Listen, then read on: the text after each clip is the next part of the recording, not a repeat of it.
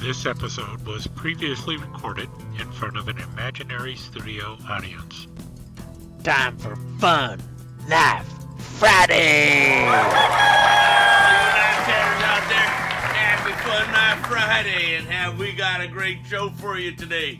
Today we are doing 20 questions with Skip. That's right, I'm answering 20 questions that viewers have sent in about me, knives, and the Volcano Club. And are these some of the great questions? And they're frequently asked too, so you guys are just going to love finally getting the answers that have bothered you so. And today, well, let's start off with the very first question here. We don't have that much time, so we got to start off with the very first question. And that one is, what is it? Oh yeah. What is your favorite knife from a Sylvester Stallone movie? And I tell you what, the answer is going to surprise you. I know what you're thinking, Rambo. Well, you're wrong. My favorite knife from a Sylvester Stallone movie has nothing to do with Rambo. My favorite knife from a Sylvester Stallone movie is We interrupt this episode of Fun Knife Friday with this shameless plug for Kitty's Corner.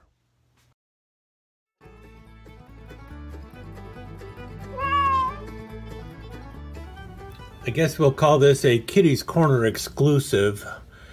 This was a knife that you recently saw when I was showing off the Moon Glow Half Hawk. I was showing off the A. Wright & Son Hawkbill, which is a pretty cool looking knife. But as soon as I grabbed this one and looked at it, it's like, you know, I got that other rope knife that kind of looks like that.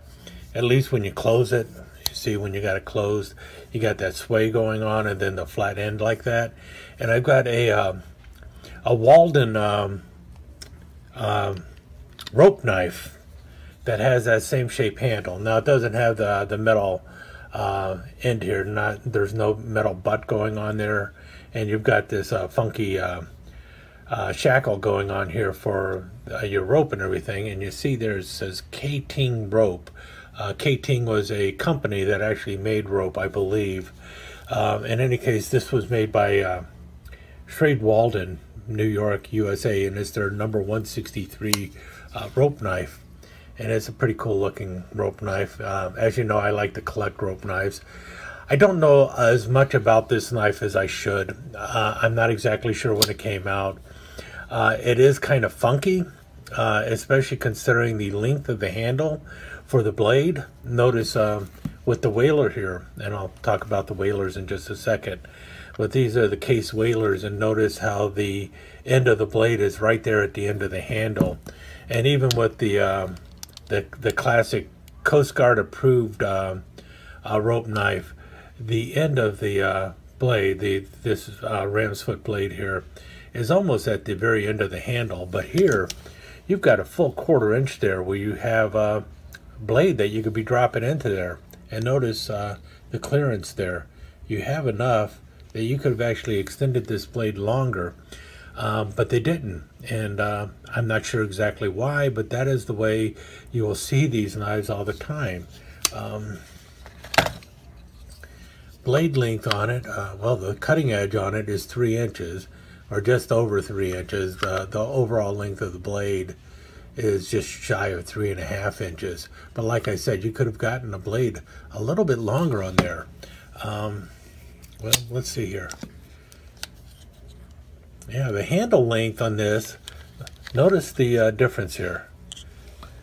If you can see that, the handle on that is actually longer than the Coast Guard approved. It's about maybe a 1/4 inch, well, maybe more like 1/8 of an inch longer, 3/16 of an inch longer.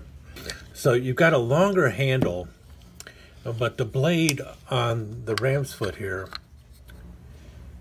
definitely 3.5 inches with a cutting edge that is 3 1/4 inches. So 3 1/4 inch cutting edge versus a 3 inch cutting edge.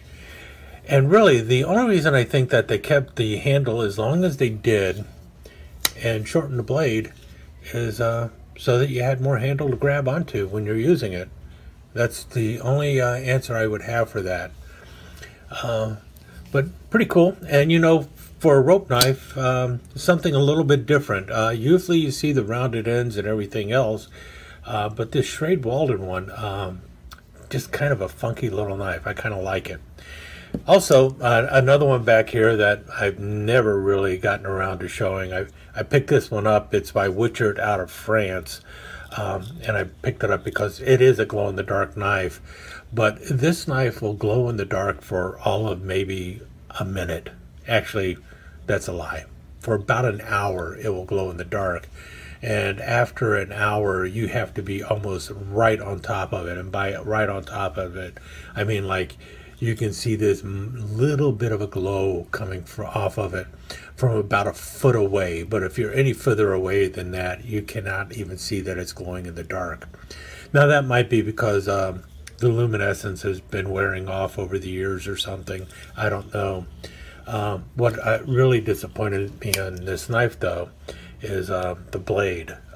You see you've got the half serrated, half fine edge, or plain grind, whatever you want to call it. But what you have for blade steel in this is actually 316 stainless steel. That is a steel commonly used in like butter knives for kitchen knives and such. We're talking about 300 series steel. This is truly what they talk about when they talk about a surgical steel. This is really what is often used, like the 308s and the 316 stainless steels. These are almost completely rust proof, but I guess they're tough. But edge retention on these things is non-existent. They will hold the edge about as well as your butter knife will hold the edge. And so the only portion of this blade that actually has any chance of cutting rope for any length of time is the serrated portion there. So, and that's really just ripping through the line. So, but at the same time, it is a nautical knife, and they sell well. So, or they used to sell well. I don't think they're made anymore. But in any case, I just thought I'd share that with you. I'll probably have to go back and revisit this one, the K-Ting rope knife made by Schrade Walden out of New York. But first I need to find out more information on it. And if you notice here, you've got a carbon steel back spring going on. Really nice wood handles and everything though. And a pretty substantial shackle for what it is. But the cool thing is the blade could have been longer, but they opted to keep the blade short. It really is a nice little ram's foot. Probably need to work on it and get those nicks out of there. Don't know exactly when these were made, and I don't know if they ever flipped them over to stainless, but this would be something I would like to see revisited. And and the main reason I grabbed it to show you now is because I showed you this Ram's this pruner, this A. Wright & Son pruner, and the handle of it just really reminded me of the Schrade rope knife. What do you think? Oh yeah, I forgot. I was going to mention a little bit about these whalers. I guess that'll wait for another video, but I will at least let you know that this one here, the Case XX whaler, the one that is stamped into the wood there, has the Case XX stainless USA tank stamp, and that puts that knife back to 1965 to 1969. So sometime in those that 5-year period, 65, 67, 68, 69. 65, 66, 67, 68, 69. Yeah, 5 years. Sometime in that 5-year period, 65 to 69, this knife came out. And then this one here, I did a nice video on this already a while back. I'm sure some of you have seen it. This is the one that has the whaler etched on the blade. And from the tank stamp on this one, it was made in 1988. So this is a 65 to 69, and this one is from 1988. Notice the difference in woods here. This one is a much darker wood. Don't know what kind. It looks like a rosewood though. And this one looks more like an oak, maybe. But I will revisit these at a later time. And one more thing, they finally came in. I was trying to get these out with the Christmas cards, but I was just too late. I placed the order way too late. These are the official stickers for Kitty's Corner now. These are the Knife Chats with Tobias 2022 Kitty's Corner. The 2022 refers to both the passing date for Daisy the cat, as well as the establishment of Kitty's Corner. I got the stickers from Rockin' Monkey. That's the Rockin' Monkey. It's a sticker company. They usually send a couple Rockin' Monkey promotional stickers with their stickers that you order. This is the other one they sent. Kind of cool, a little food truck with a banana on top. And almost every time, so I ordered like 50, and they throw in a bunch of extra stickers in case there's an issue or something. I've yet to see an issue with it, but so you guys will be getting another sticker soon. Like I said, it was supposed to come with the Christmas cards. I just did not get them out in time. And you see here, this is a 3-inch sticker, 3 inches in diameter. I'm also working on a sticker for DeSheau's Volcano Club. Matter of fact, if you've been looking at the January issues of Fun Night Friday, the one that aired on, I think, well, the one that'll be airing tomorrow, plus the one that'll be coming up, you'll see the new DeSheau's Fun Night Friday, well, DeSheau's Volcano Club sticker. I'm going to hold this kind of steady, and let's see, like that. And that's what that DeSheau's Volcano Club sticker will look like. At least that's how I've mocked it up so far. In any case, now I'll let you go. Stick around for a few slides featuring this here rope knife by Shrade Walden.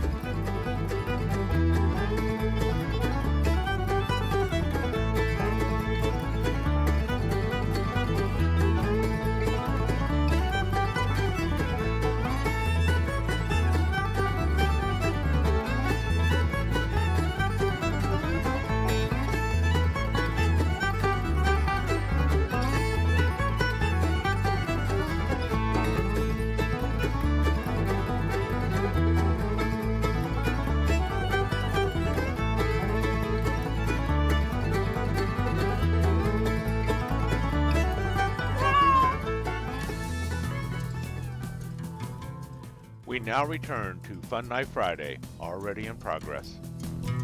I know it sounds strange. I know you're thinking, no, shouldn't it be mayonnaise? But no, really, Miracle Whip. But just add a couple drops of vinegar into the Miracle Whip, and it's really going to help. It's going to really improve the action and everything else. Mayonnaise is just a little too heavy. That's why you got to go with the Miracle Whip.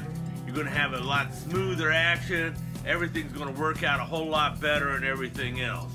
So trust me on this one. Normally I would say mayonnaise, but not on this case. In this case, you got to go with the Miracle Whip. All right. And so there you have it, boys and girls. 20 questions with your old pal Skip DeSheau here at the Volcano Club. We'll try and do this again sometime in the near future. Skip out. There you have it, Knife Chatter. Another Fun Night Friday in the books. Remember, if your knife's not fun, you're doing it wrong. Skip out. If your knife's not fun, you're doing it wrong, and Skip Out are registered trademarks of Skip DeSheau Enterprises. This has been a Cat Production presentation. All rights reserved.